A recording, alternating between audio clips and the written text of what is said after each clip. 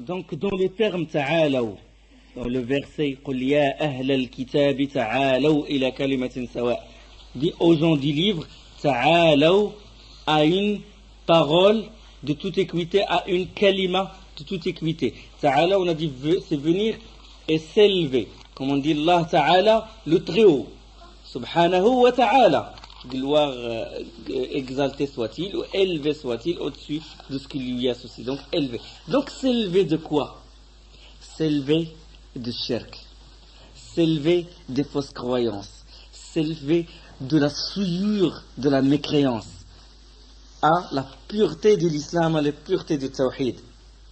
Vous allez devenir des vrais hommes, des vrais serviteurs d'Allah, abd, le plus haut degré, au lieu de partager la réalité universelle avec les bêtes, avec les animaux, parce que même les animaux, ils mangent, et ils dorment, et ils s'accouplent, donc s'élever de ce degré-là, s'élever vers l'unicité, vers l'adoration d'Allah. D'accord? Ne pas partager ça avec les bêtes, les animaux, ne pas être bas. Il faut être un serviteur d'Allah. Ta'alaw ila kalimati sawa, élevez-vous, élevez-vous. Allah na'buda illa Allah, que nous n'adorions qu'Allah. Wala nushrika bihi shay'a, sans rien lui associer. Wala yattakhidha ba'duna ba'dan arbaban min dunillah, et que nous ne prenions point les uns les autres pour seigneurs en dehors d'Allah. D'accord? Seigneur en dehors d'Allah. Pourquoi? Parce que les juifs et les chrétiens, ils ont pris leur rabbin et leur moine comme seigneur en dehors d'Allah. D'accord? Ils ont associé Allah. Il dit dans Surat Tawbah, ittakhadhu ahbarahum wa ruhbanahum arbaban min dunillah wal masih ibn Maryam وما أمروا إلا ليعبدوا إلها واحدا لا إله إلا هو تعالى عما يشركون. Ils ont pris leur rabbin et leur moine ainsi que le Christ, fils de Marie, comme Seigneur en dehors d'Allah, alors qu'on ne leur a commandé que d'adorer un Dieu unique, pas de divinité à part lui, gloire à lui, et il est au-dessus de ce qu'il lui associe. Dans la sourate 9 et le verset 39. Donc, ils ont pris leur moine et leur rabbin comme Seigneur. Et on a parlé de ça, on a dit que Adi ibn Hatim, quand il était chrétien, et quand il a entendu le prophète sallam réciter ces versets, il a dit, nous ne les adorons pas. Il a cru que l'adoration, ça veut dire se prosterner devant le cheikh, l'imam, ou se prosterner devant le moine, ou le rabbin, et le prophète sallam, il a éclairci la chose. Il a dit, n'interdisent-ils pas ce qu'Allah a rendu licite, et vous l'autorisez, vous l'interdisez, n'interdisent-ils pas ce qu'Allah a rendu licite et vous l'interdisez? Il a dit oui, certes. Il a dit, n'autorise-t-il pas ce qu'Allah a interdit ou a rendu illicite et vous l'autorisez? Il a dit oui. Il a dit, c'est ainsi que vous les adorez. Si vous les suivez dans tahlil al-haram ou tahrim al-halal, dans l'interdiction de ce qui est autorisé et dans l'autorisation de ce qui est interdit, ça veut dire que vous les avez égalés avec Allah subhanahu wa ta'ala, vous les avez égalés dans la législation, dans l'ordre religieux. Ça veut dire Allah il légifère, et le moine il légifère, et le cheikh il légifère. D'accord? Vous les avez égalés dans ça, et vous les avez égalés dans quoi? Dans l'obéissance. Donc c'est ainsi que vous les adorez, comme a dit le prophète sallallahu alayhi wa sallam, tilka ibadatukum iyahum, donc vous les avez, c'est une adoration. Ça c'est shirk. Wa inna ash-shayatin la yuhuna ila awliyaihim liyujadilukum wa in ata'tumuhum innakum la mushrikun. Les shayatins, les diables inspirent à leurs alliés pour qu'ils disputent avec vous. Si vous les obéissez, vous deviendrez certes des mécréants. Si vous les obéissez dans l'interdiction du halal et dans l'autorisation du haram. Donc, وَلَا يَتَّخِذَ بَعْضُنَا بَعْضًا أَرْبَابًا مِنْ دُونِ اللَّهِ, et que nous ne prenions pas les uns les autres comme seigneurs en dehors d'Allah subhanahu wa ta'ala. Ça concernant shahada Allah ilaha illallah. Tous les arguments, le cheikh a donné des arguments. Maintenant, shahada de que Mohammed est le prophète sallallahu alayhi wa sallam, et l'envoyé d'Allah. D'accord? Le témoignage, dalil ou shahada, l'évidence de la seconde partie du témoignage, ou attestation que Mohammed est le messager d'Allah. Donc, le témoignage qu'on doit, c'est ifrad Allah. Allah est unique dans l'adoration, et le prophète sallallahu alayhi wa sallam, il est unique dans l'obéissance et dans le fait de le prendre comme modèle. Ifraduhu ka uswa. Donc il y a une unicité même dans le témoignage. Quand on dit Ashhadu anna Muhammadan Rasulullah, ça veut dire je le prends lui comme modèle en dehors de tout autre, en dehors de toute autre idole, peu importe cette idole. Ça peut être un cheikh, un imam, un moine, un rabbin, une star de télé. Je m'habille comme il s'habille, je marche comme il marche, je parle comme il parle. Non, on prend comme modèle le prophète sallallahu alayhi wa sallam. Donc il y a tawhid, l'unicité dans l'uluhiyya, que nul n'est en droit d'être adoré qu'Allah, et il y a aussi l'unicité dans l'ittiba', dans le fait de suivre, qu'on ne suit que le prophète sallallahu alayhi wa sallam. Même si les grands savants, s'il s'avère qu'ils contredisent le prophète sallallahu alayhi wa sallam dans une sunna, on ne suit pas les grands savants, on ne les imite pas aveuglément, on suit le prophète sallallahu alayhi wa sallam. Peu importe cette personne, qu'il soit l'imam Ahmed ou Abu Hanifa ou l'imam Malik ou Tsawri ou même les compagnons. D'accord? Donc, le modèle à suivre, c'est le prophète sallallahu alayhi wa sallam.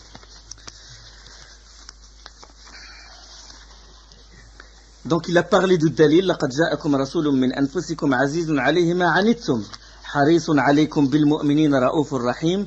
L'évidence de la seconde partie du témoignage ou attestation que Mohammed est l'envoyé d'Allah ou messager d'Allah est ainsi cité dans le Saint-Coran.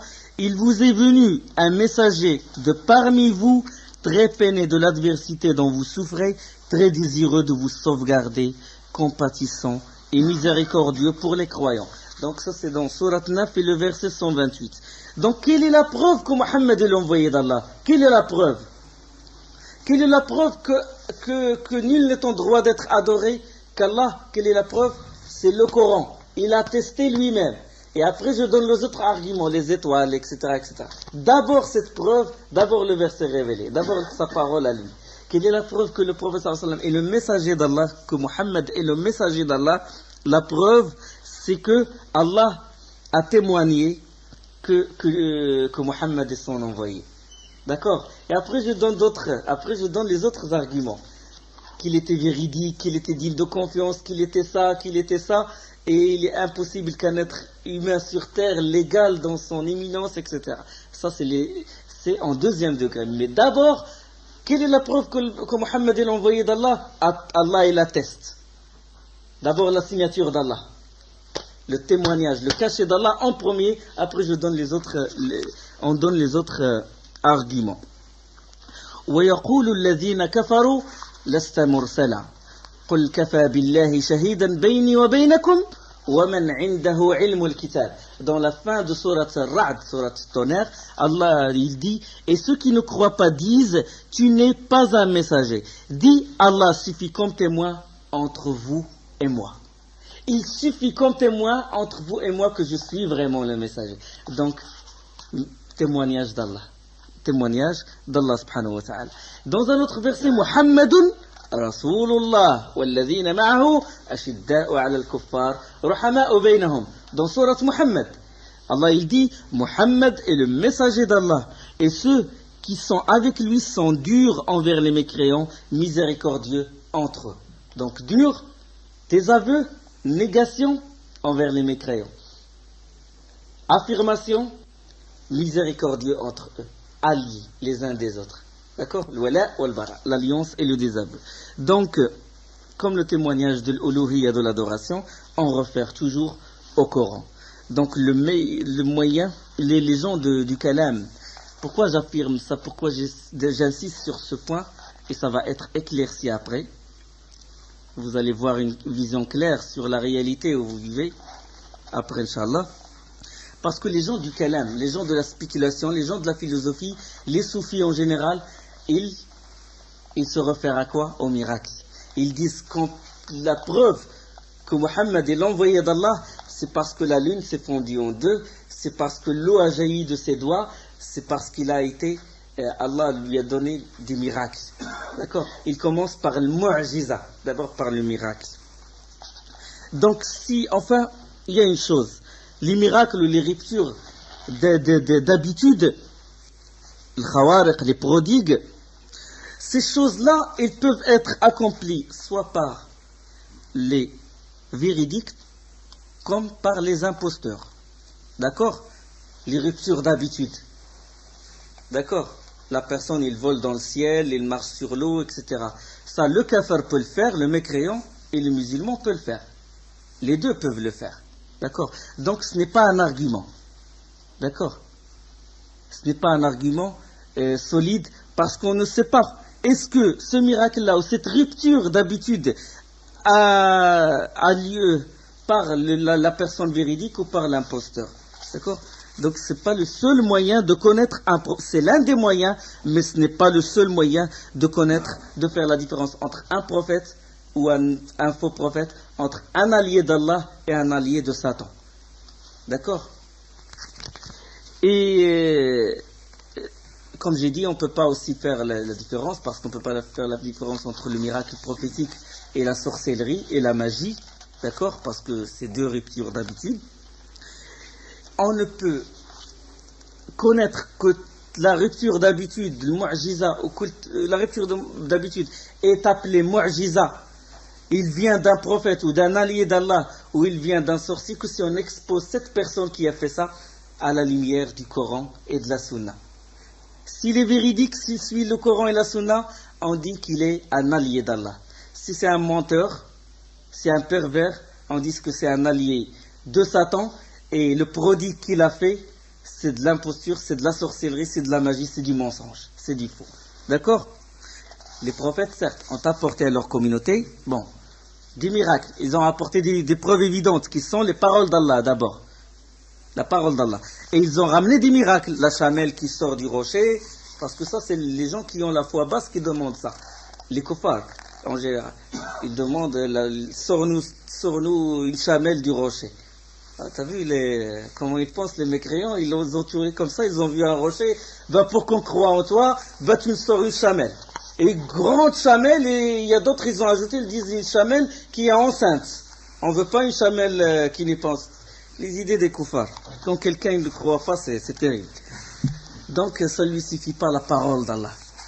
Et là, pour le peuple de Thamoud, le peuple à qui a été envoyé le prophète, ou l'a envoyé Salih alayhi salam, donc la chamelle qui sort du rocher, le fait de guérir les lépreux ou les aveugles nés, ressusciter les morts par Isa alayhi salam, Moussa le bâton, la main étincelante, le prophète sallallahu alayhi wa sallam aussi, le fait la nuit qui se fond en deux, l'eau qui jaillit de ses doigts, et la nourriture qui se multiplie, et donc il y a beaucoup de miracles.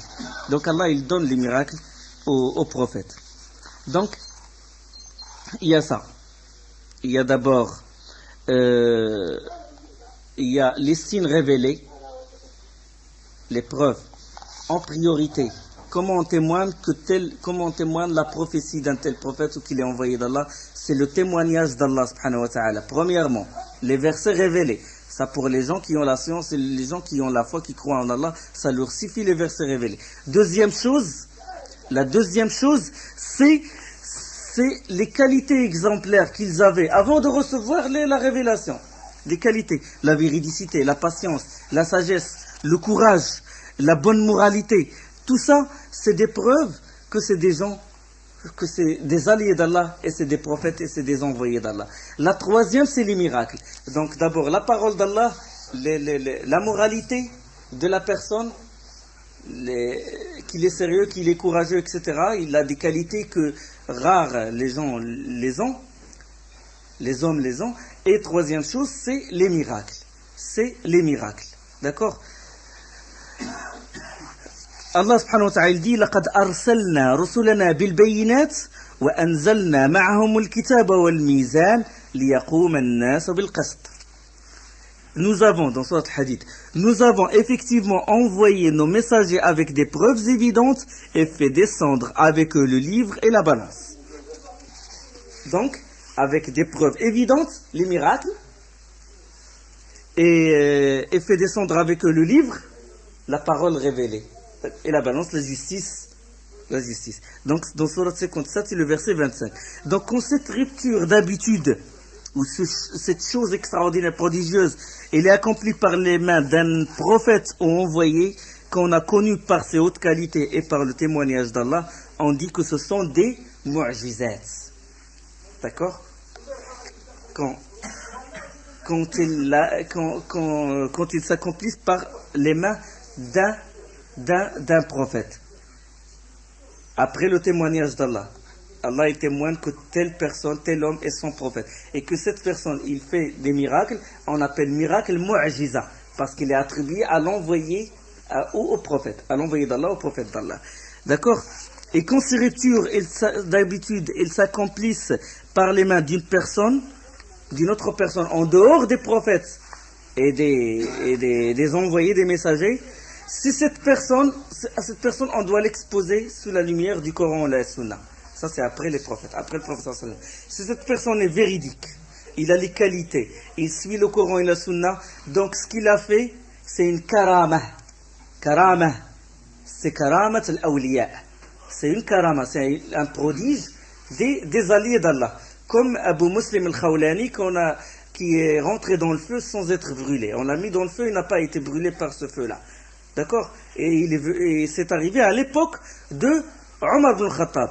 Et Abu Muslim, c'est l'un des grands tabi'in, l'un des grands savants. Il est un grand compagnon des compagnons du prophète sallallahu alayhi wa sallam.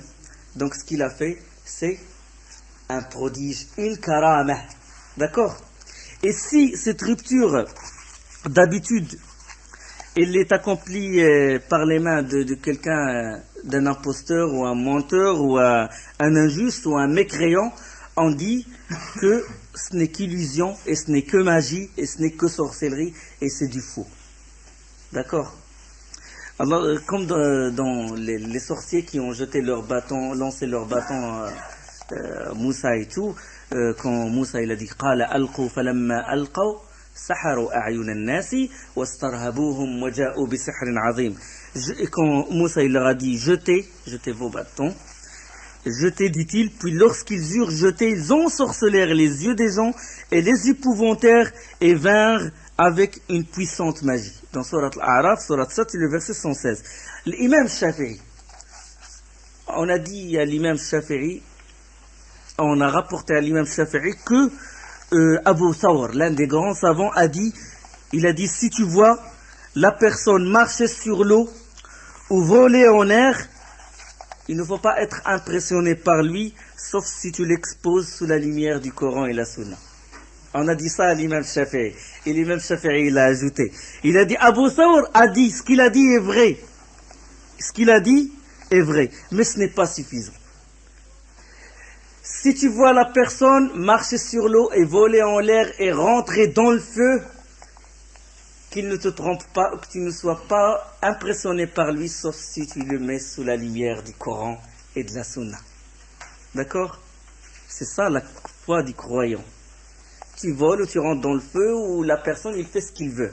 Il suit la parole d'Allah qui a plus d'effet que les prodiges, que les cieux et la terre, que si on met la ilaha illallah sur un plateau de la balance, et les cieux et la terre sur l'autre, la ilaha illallah, elle est plus lourde. Ça veut dire, son incidence, sa signification, elle est plus lourde. D'accord? Donc, nous, c'est les paroles d'Allah qui ont plus d'effet sur nous que n'importe quelle chose prodigieuse. Et les vrais croyants ne s'attendent pas, ça leur suffit la parole d'Allah. Les miracles, bon, ça pour raffermir davantage la foi, mais en général, les miracles, les prodiges, c'est pour les gens qui ont la foi basse. C'est pour les gens qui ont la foi basse. Et des choses pareilles, ça veut dire ces ruptures d'habitude, ils ont été accomplis par les mains de menteurs, d'imposteurs, comme l'Aswad al-Unsi qui est au Yémen. Lui, il a prétendu être prophète à l'époque du prophète sallallahu alayhi wa sallam. Et il est mort pendant la vie du prophète sallallahu alayhi wa sallam. Il a dit que je suis le prophète et il montre aux gens des chevaux avec des ailes qui montent dans le ciel. Il leur dit, ce sont les anges. ce sont avec des gens qui montaient ces chevaux-là. Il dit, c'est des gens qui montaient les chevaux d'Allah. Il leur fait voir ça. D'accord. Est-ce que ça prouve que qu'on doit le suivre, que c'est une personne véridique, que c'est un prophète? C'est un imposteur, c'est un menteur. Et la plus grande preuve, l'antéchrist. L'antéchrist, il va demander au ciel de pleuvoir, il va pleuvoir. Que ça veut dire qu'on doit le suivre. Donc la rupture d'habitude, ce n'est pas une référence. Parce que chez les bouddhistes, il y a des ruptures d'habitude, il y a des choses prodigieuses. Les hindouistes, les chrétiens, tu trouves ça partout. Ce n'est pas une preuve. La preuve, c'est est-ce que la personne, il dit La ilaha illallah, Muhammadur Rasulullah, est-ce qu'il suit la voie d'Allah subhanahu wa ta'ala.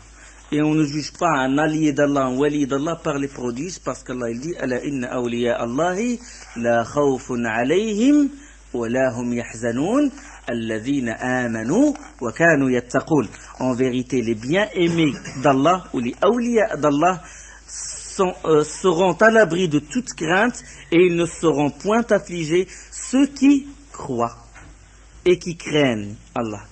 Comme Allah il dit dans Surat Yunus, les versets 62-63, Surat 10. Donc, il faut qu'ils croient et ils craignent Allah subhanahu wa ta'ala. C'est comme ça qu'on reconnaît un allié d'Allah. Et chaque personne, c'est selon sa foi. Il peut, si sa crainte elle monte, la crainte d'Allah, la piété, la croyance, il a un degré d'alliance avec Allah qui est très haut. D'accord? Et s'il tombe dans les péchés, il baisse. Cette alliance avec Allah, c'est wilayat Allah, elle baisse. Et donc, on récapitule maintenant. Récapitulons. Donc, preuve de la prophétie, premièrement, quoi? Témoignage d'Allah dans le Coran. Pourquoi Mohammed est l'envoyé d'Allah? Réponse, parce que Allah, il a témoigné que Mohammed est son envoyé. Premièrement, d'abord ça. Deuxième chose, les qualités, les valeurs morales, son équité, son courage, sa sincérité, sa véridicité, et ça c'est la raison. Parce que l'islam, c'est religion et raison, ils sont en conformité. Allah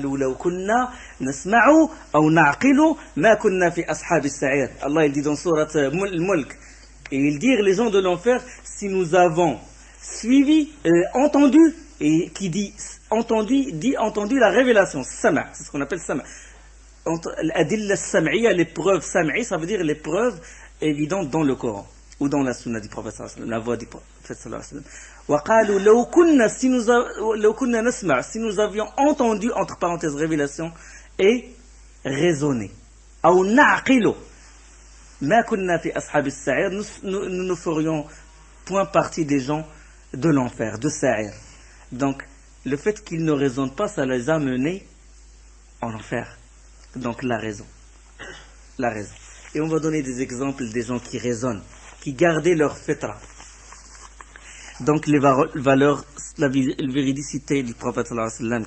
C'est pour cela que quand le prophète sallallahu alayhi wa sallam, ça dans la sira, quand il a vu Jibril sous sa vraie forme, on sait dans la sira du prophète sallallahu alayhi wa sallam qu'il l'a vu au début de la révélation, il l'a vu quand il est monté au ciel, le voyage, l'Isra ou le Mi'raj, quand Allah l'a élevé vers lui.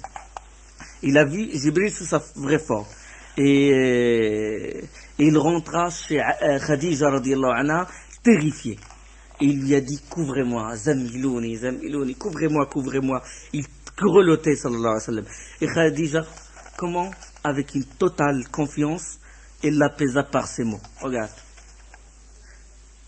Il a dit, par Allah, il ne t'arrivera aucun mal. Il lui a dit, ne crains rien. Allah ne t'abandonnera jamais. Regardez la raison. Car tu fais du bien à tes proches. Tu fais du bien à tes proches parents. Tu assumes de lourdes responsabilités.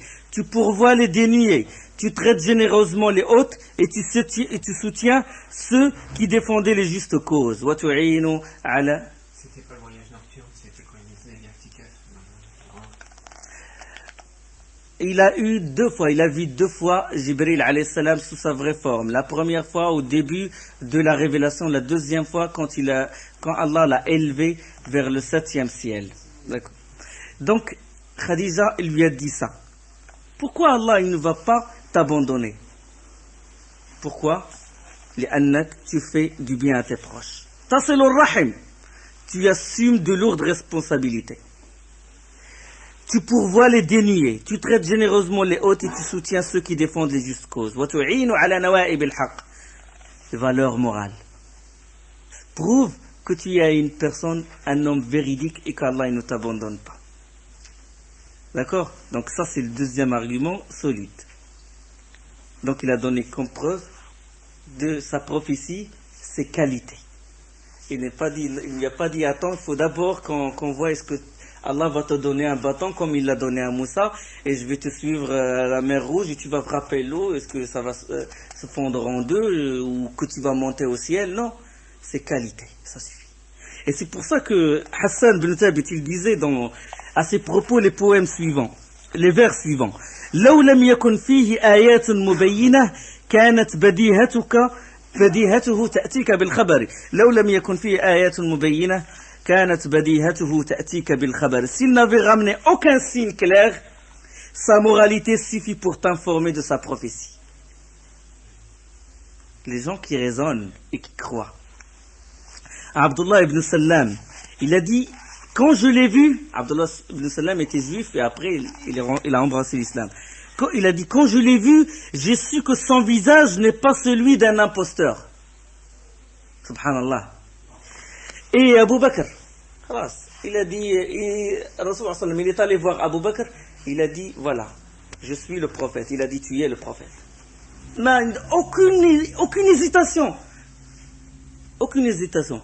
Parce qu'il sait qu'il n'a jamais menti, qu'il est digne de confiance quand il dit quelque chose, il est vrai. Il connaît l'homme avant de connaître le prophète. Uthman ibn Affan, radiallahu anhu, il dit, il n'y a pas de personne qui n'ait caché quelque chose, quelques mensonges dans son cœur, sans qu'Allah ne le dénonce, soit par une parole qui échappe de sa langue, soit par les traits de son visage. Et c'est pour cela que Moussaïlima le menteur fut vite dévoilé. L'Aswad al-Ansi fut vite dévoilé. Sajah fut vite dévoilé. La femme qui a prétendu être prophète. Mirza Ghulam al-Qadiani, la tête de la secte qadianite qui se trouve en Inde. Les qadianites, il fut vite dévoilé. Que c'est un imposteur et un menteur. Donc c'est la première chose, témoignage d'Allah. La deuxième, qu'il est le prophète, c'est ses qualités. Et l'histoire de Héracl, c'est une grande preuve. On est une preuve claire.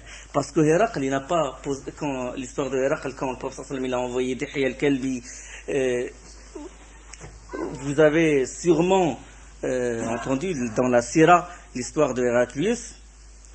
Quand il a pris Abu Sufyan il se trouvait au Sham à l'époque et qu'il a Héracl il a vu dans un rêve ou il a vu dans les étoiles selon deux versions que le roi ou que le prophète de la circoncision est arrivé et qu'il a demandé qui se circoncis d'entre les gens et ses notables et sa police à lui ils ont dit c'est les juifs et il a décidé de tuer tous les juifs jusqu'à ce qu'ils ont trouvé jusqu'à ce qu'il a découvert après que c'est les arabes aussi et ils se circoncisent et il a dit voilà c'est un prophète qui a été envoyé aux arabes et il a dit à ses polices à ses autorités et tout de ramener quelqu'un qui est de sa parenté qui est de la parenté du prophète sallallahu alayhi wa sallam. Parce qu'il a vu dans les étoiles ou dans un rêve que Mohammed va être envoyé et qu'il va prendre son royaume. Et ils ont trouvé qui? Abu Sufyan qui était mécréant à l'époque. Il faisait du commerce au Sham et ils l'ont ramené. Ils ont dit Abu Sufyan qui est un proche parent du prophète sallallahu alayhi wa sallam puisqu'il se rencontre dans le quatrième père, Abdi Manaf, Muhammad ibn Abdillah ibn Abd al-Muttalib ibn Hashim ibn Abdi Manaf. D'accord, le quatrième. Et Abu Sufyan, le quatrième grand-père, ou le quatrième père, c'est Abd Manaf. Donc il fait partie de sa parenté. Et quand il l'a convoqué Abu Sufyan dans son palais, il lui a posé les questions que vous vous rappelez des questions qu'il lui a posées. Il lui a dit est-ce qu'il fait des miracles? Ça faisait partie des questions qu'il lui a posées. Et Héracl, pour s'assurer de la prophétie de Mohammed sallallahu alayhi wa sallam, il lui a posé les questions suivantes. Il a dit d'abord rapprochez-le vers moi, Abu Sufyan. Il a dit laissez ses compagnons derrière lui, parce que s'il ment, faites-moi signe. D'accord? Et lui, Abu Sufyan lui-même, il a dit par pudeur, je n'ai pas voulu mentir, parce que si jamais j'ai menti, ils ne peuvent pas me démentir, je suis leur notable, je suis leur chef. Mais je n'accepte pas que les Arabes disent de moi un menteur. Et les kafirs mécréants, mais ils ne baissent pas la tête. Ces valeurs, ils les ont gardées. Ils ont gardé ces valeurs, le courage, la véridicité, la sincérité, ils les ont gardées. Allah l'afia, on les a perdus. Notre communauté a perdu ça. Abu Sufyan s'est rapproché, et puis Héracl, hadith il est dans le Bukhari, hadith numéro 7, au début déjà de le Bukhari, Kitab Bad al-Wahi, le début de Bad al-Khalq, début de la création, le premier volume, vous avez trouvé ce hadith là. Il lui a dit, fait-il partie d'une bonne lignée? Abu Sufyan lui a posé la question. Héracl a posé la question à Abu Sufyan. Il lui a dit, fait-il partie d'une bonne lignée? Il a dit oui. Il a dit, parmi vous, y a-t-il quelqu'un avant lui qui est prétendu pareil que lui a prétendu? Est-ce qu'il y a quelqu'un qui a prétendu avant lui quelque chose, la prophétie, être prophète? Il a dit non. Il a dit, l'un de ses pères était-il roi? Il a dit non. Il a dit, est-ce que c'est les notables qui le suivent ou les faibles? Il a dit, c'est les faibles qui le suivent. Il a dit, leur nombre, il augmente ou il diminue? Il a dit, il augmente.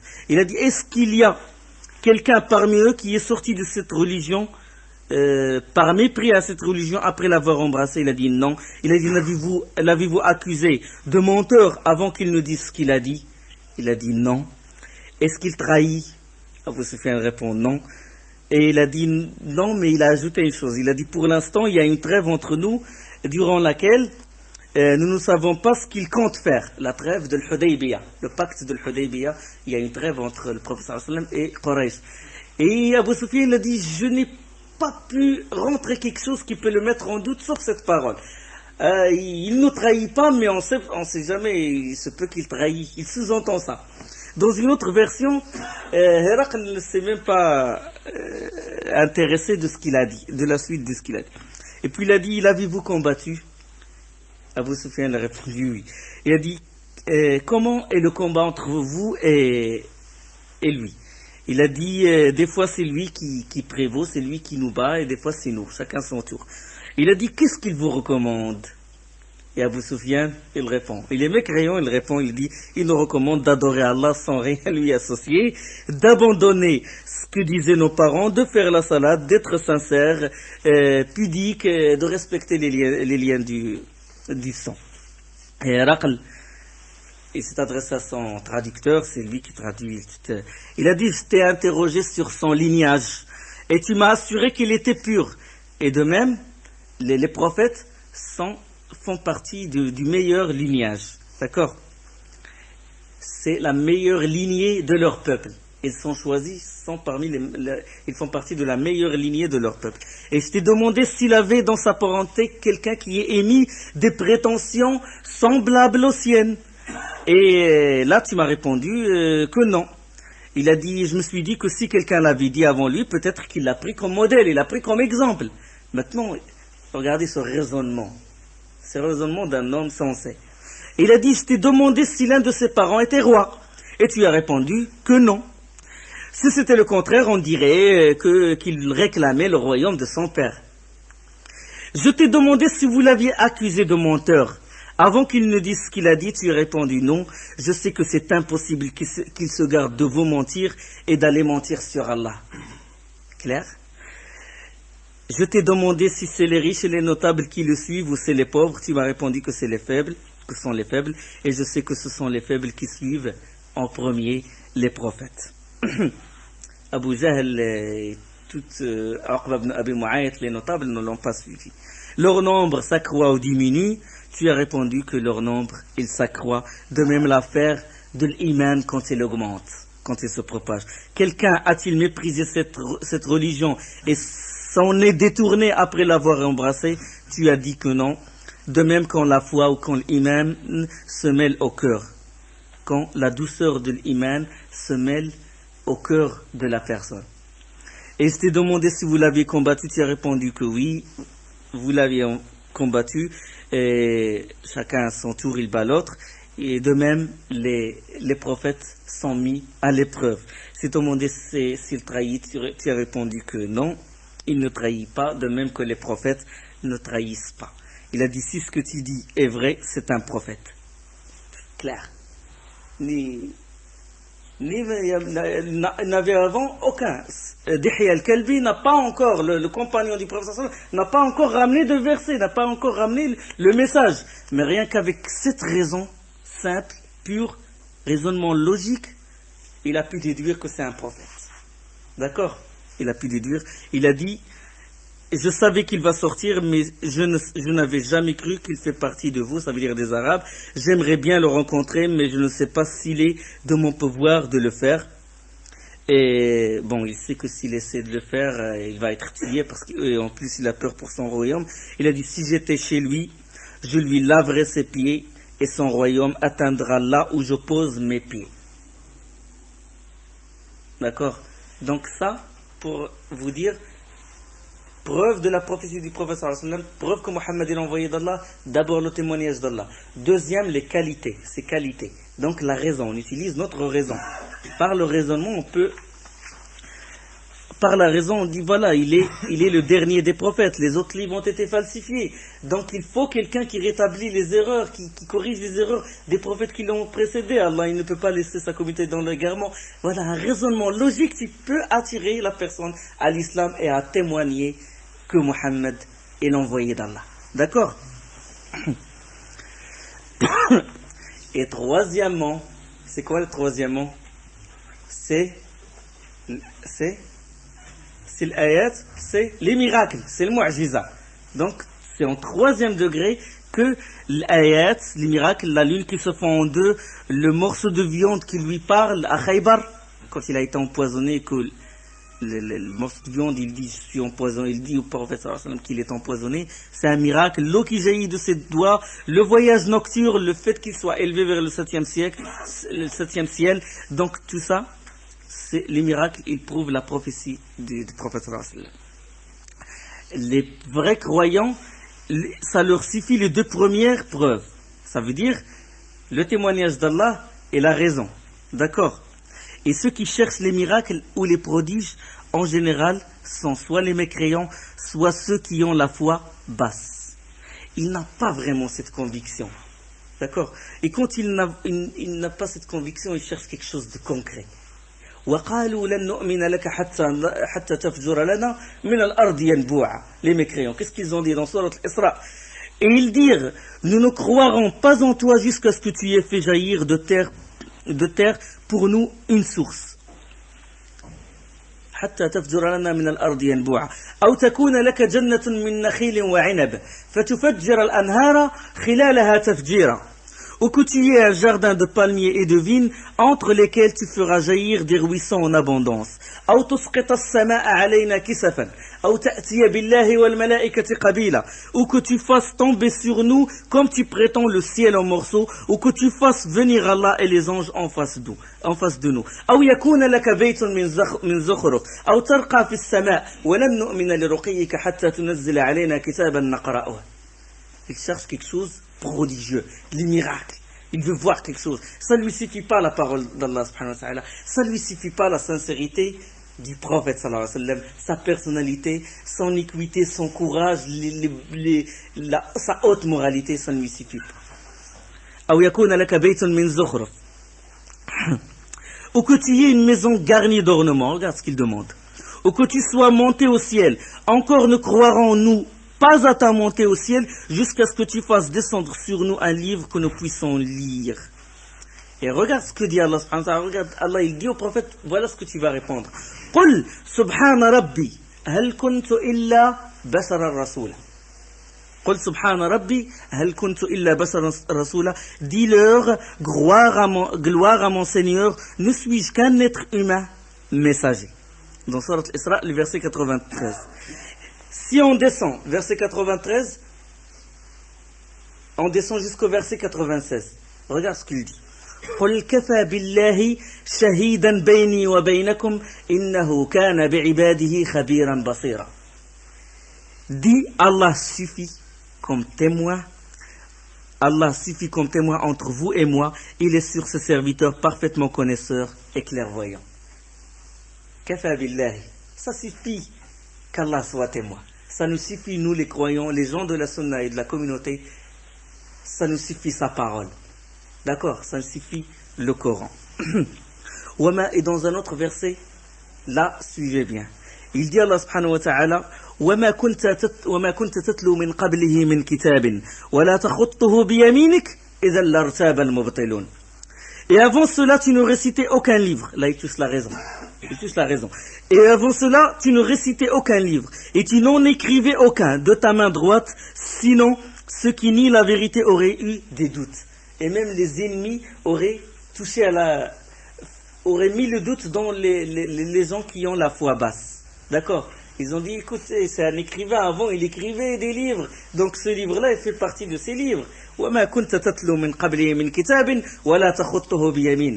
Tu ne récitais avant aucun livre. Et tu n'as écrit aucun livre.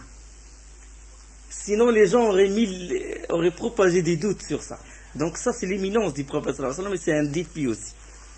بل هو آيات بينات في صدور الذين أوتوا العلم وما يجحد بآياتنا إلا الظالمون. Il consiste plutôt en des versets évidents au cœur à qui le savoir a été donné, et seuls les injustes renient nos versets. Donc c'est des versets qu'acceptent les cœurs de ceux qu'Allah a donné le savoir et les vrais croyants. D'accord? بل هو آيات في قلوب الذين. La suite. وقالوا لولا أنزل عليه آية من ربه قل إنما الآيات عند الله وإنما أنا نذير مبين. Et ils disent, pourquoi n'a-t-on pas fait descendre sur lui des prodiges de la part de son Seigneur? Qui dit ça? Le pronom personnel, pluriel. Les mécréants. Ils cherchent des prodiges. Ils disent, pourquoi n'a-t-on pas fait descendre sur lui des prodiges de la part de son Seigneur? D'accord? La suite dit, les prodiges sont auprès d'Allah, mais je ne suis qu'un avertisseur bien clair. La suite. أَوَلَمْ يَكْفِهِمْ أَنَّا أَنزَلْنَا عَلَيْكَ الْكِتَابَ يُتْلَى عَلَيْهِمْ. Ne leur suffit-il donc point que nous ayons fait descendre sur toi le livre et qu'il leur soit récité? Nous, ça nous suffit qu'il lui soit récité les versets d'Allah. Ne leur suffit-il point que nous ayons fait descendre sur toi le livre et qu'il leur soit récité? Il y a assurément là une miséricorde et un rappel pour des gens qui croient. Inna fi dhalika la rahmatan wa dhikra liqawmin yu'minun. Qul kafa billahi bayni wa baynakum shahida. Dit Allah suffit comme témoin entre moi et vous. Ça suffit qu'Allah soit témoin. Ça suffit que le prophète sallallahu alayhi wa sallam soit témoin. Ça nous suffit, nous, la parole d'Allah. D'accord? Ceux qui ont moins de conviction, pour avoir cette conviction, ils cherchent quelque chose de concret. Peut-être se prosterner prendre un morceau de terre de Karbala, là où a été enterré el Hussein ibn Ali, et le mettre dans un sac. Et à chaque fois qu'il prosterne, il veut du concret, du matériel. Il veut que le concret touche son. Il veut voir le prophète dans le rêve. Il n'est pas sûr. Il veut le voir. Il dit, moi j'ai vu la lumière d'Allah, Masha'Allah, j'ai vu la lumière d'Allah, j'ai vu le prophète, pour s'assurer qu'il est dans la bonne voie. Nous, ça nous suffit, la parole d'Allah. Vous touchez la chose sur la réalité où on vit, hein? Vous le touchez. Quand la personne tombe malade, il cherche un guérisseur. Il dit, je cherche Ruqya, je cherche quelqu'un. Ah oui, peut-être, non, celui-là, la barbe, elle est seulement de 10 cm. Il faut chercher quelqu'un qui a 50 cm. Ah là, oui, là, je suis sûr. Il n'a pas cette conviction sur les paroles d'Allah. Non. Donc, il s'accroche aux gens, il cherche la bénédiction auprès des gens, s'essuyer aux qamis des gens, aux barbes des gens, n'être sûr que si, quand il donne des arguments sur la prophétie du prophète sallallahu alayhi wa sallam, il ne dit pas kafa billahi shahidan bayni wa baynakum, Allah suffit comme témoin entre moi et vous. Non, il dit masha'Allah, regardez, Allah, le prophète sallallahu alayhi wa sallam, il a levé les mains et la pluie est tombée. Il a l'eau a jailli de ses doigts. La lune s'est fondue en deux. D'accord? Donc, il cherche toujours des choses matérielles pour renforcer cette conviction. D'accord? Pour renforcer. Il attend des prodiges. Mettre l'eau dans le réservoir ou dans le moteur de l'essence, dans le moteur de la voiture, il a dit, la voiture, il a marché malgré ça. Il n'est pas convaincu de voir les signes, les versets révélés et les signes, les signes universels. Les étoiles, ça prouve l'existence d'Allah, que c'est lui qui est en droit d'être adoré. Les versets révélés, ça nous suffit, nous les musulmans.